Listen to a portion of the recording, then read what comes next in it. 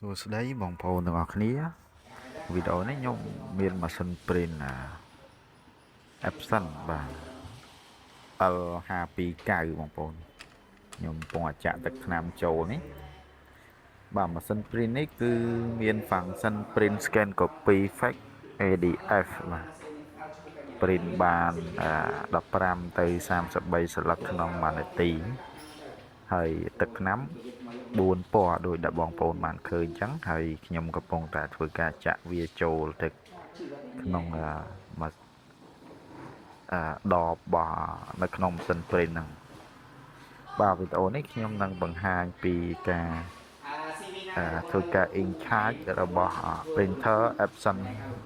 បាទ EcoTank នេះបាទអញ្ចឹងបងប្អូនអាចតាមដានទៅខ្ញុំកំពុងតែចាក់ម្ដងមួយម្ដងមួយពណ៌អញ្ចឹងណាបងប្អូនបាទអញ្ចឹងបងប្អូនចាក់វាតាមខ្ញុំនឹងឲ្យអស់មកពណ៌ខ្មៅពណ៌ក្រហមពណ៌ខៀវនិងពណ៌លឿងបាទហើយយើងចាក់វាម្ដងមួយតទៅអស់មកហើយ printer នេះគឺយើងអាច print Wi-Fi អីបានណា scan តាម Wi-Fi អីក៏បានដែរបាទឥឡូវខ្ញុំចាក់ពណ៌លឿងនិងពណ៌ខៀវចូលម្ដងបាទលេខកូដនេះគឺបងប្អូនអត់មានscreen ចុចទេតែមានគ្រាន់តែបង្ហាញយើងអាចចុចនៅលើក្របចុចនៅខាងស្ដាំនឹងបានហើយបងប្អូនចាក់ម្ដងមកពណ៌តាមខ្ញុំនោះមកឆ្លាស់ពណ៌គ្នាចឹងមកដើម្បីឲ្យយើងចាក់បានម្ដងពីរ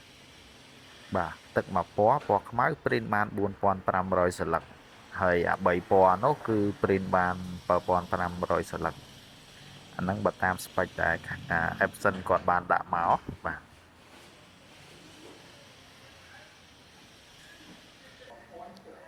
អូខេឥឡូវយើងដកវាចេញមកអានេះខ្ញុំទៅចាក់កន្លែងភ្ញៀវអញ្ចឹងខ្ញុំមិនសូវជាបានថតអីច្រើនទេខ្ញុំកាន់ទូរស័ព្ទបដាខ្ញុំថតបដាជូនវីដេអូចែកជូនបងប្អូនបានទស្សនាជាការស្វែងយល់បន្ថែមឥឡូវខ្ញុំចុច power on ហើយកន្លែងប៊ូតុងហ្នឹងបាទតែនេះខ្ញុំតម្លាក់ពលឺតិចដំបូងយើងត្រូវរើសភាសាបន្ទាប់ពីរើសភាសាមកយើងរើសcountry បាទដោយសារ country ខ្មែរប្រទេសកម្ពុជាគឺអត់មានទេអញ្ចឹងយើងត្រូវរើសThailand វៀតណាមឬក៏ប្រទេសជិតខាងជាប់យើងនឹងទៅបាទរួចហើយឥឡូវខ្ញុំកំពុងតែ scroll ទៅរកប្រទេសថៃទៅដាក់ Thailand ទៅអញ្ចឹងបងប្អូនចាំបន្តិចមក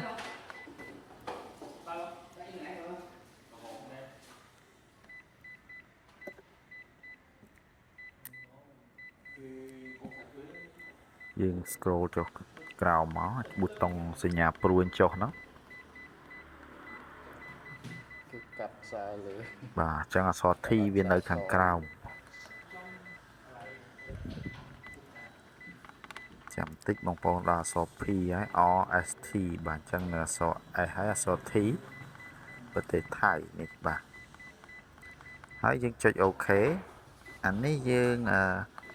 ចុចអោសមកត្រង់នេះយើងត្រូវរើសថ្ងៃខែបាទអញ្ចឹងយើងវាយថ្ងៃហ្នឹងទី13បាទខែ3 2025តែវីដេអូនេះខ្ញុំប្រហែលជាត្រូវការផុសនៅថ្ងៃទី14បាទទើបចេញវីដេអូនេះបាទឥឡូវវាកំពុងតែធ្វើការ repair បន្ទាប់ពីយើងបានស្ដាប់ថ្ងៃខែបាទឥឡូវនៅម៉ោងមួយទៀតនេះដើម្បីធ្វើការ in charge បាទបងប្អូនចុច OK អូខេមួយទៀតមកហើយចុចសញ្ញាសួរ hold 5 second បាទដើម្បីវាធ្វើ in charge បាទនេះយើងចុចកន្លែងចង្អុលដៃខ្ញុំនឹងមកសញ្ញាអូទៀនហ្នឹងបាទដើម្បីឲ្យវាដំណើរការត្រូវការចាំរយៈពេល11នាទីនេះហើយក៏ខ្ញុំកាត់មកដល់កន្លែងដែល print test ជូនបងប្អូនហើយវីដេអូក៏បញ្ចប់ប៉ុណ្្នឹងដែរ អរគុណបងប្អូនសម្រាប់ការតាមដានទស្សនាវីដេអូនេះបាទបាយបាយ